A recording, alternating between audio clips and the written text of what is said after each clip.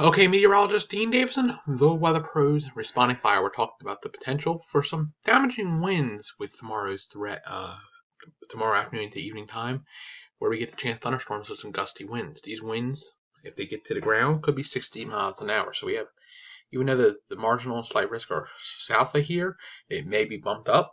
We'll have to see how that goes. And it is under a marginally severe setup here for the area during this time with a 1.6 supercell.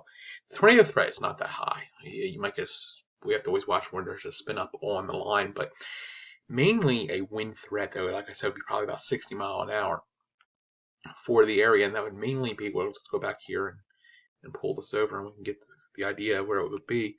Right around, well, 1 o'clock, 2 o'clock in the morning would be the biggest threat. So this is going to be another nocturnal wind issue. Let's go over back to the precipitation products and surface products, and we'll go to the reflectivity so you can see what it looked like on the radar as we do this.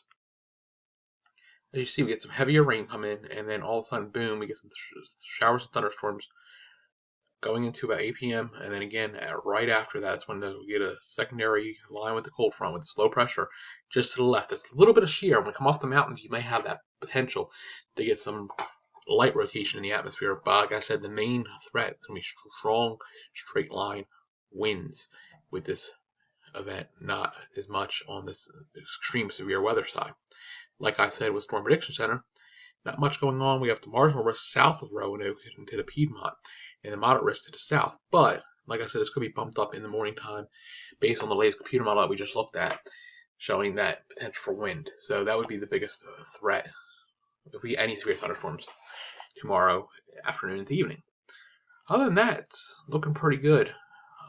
We'll keep an eye on it. We'll talk to you again soon. So be prepared for that and some heavy rainfall, about an inch of rain possible tomorrow into the day on Friday. Meteorologist Dean Davison. Have a great one.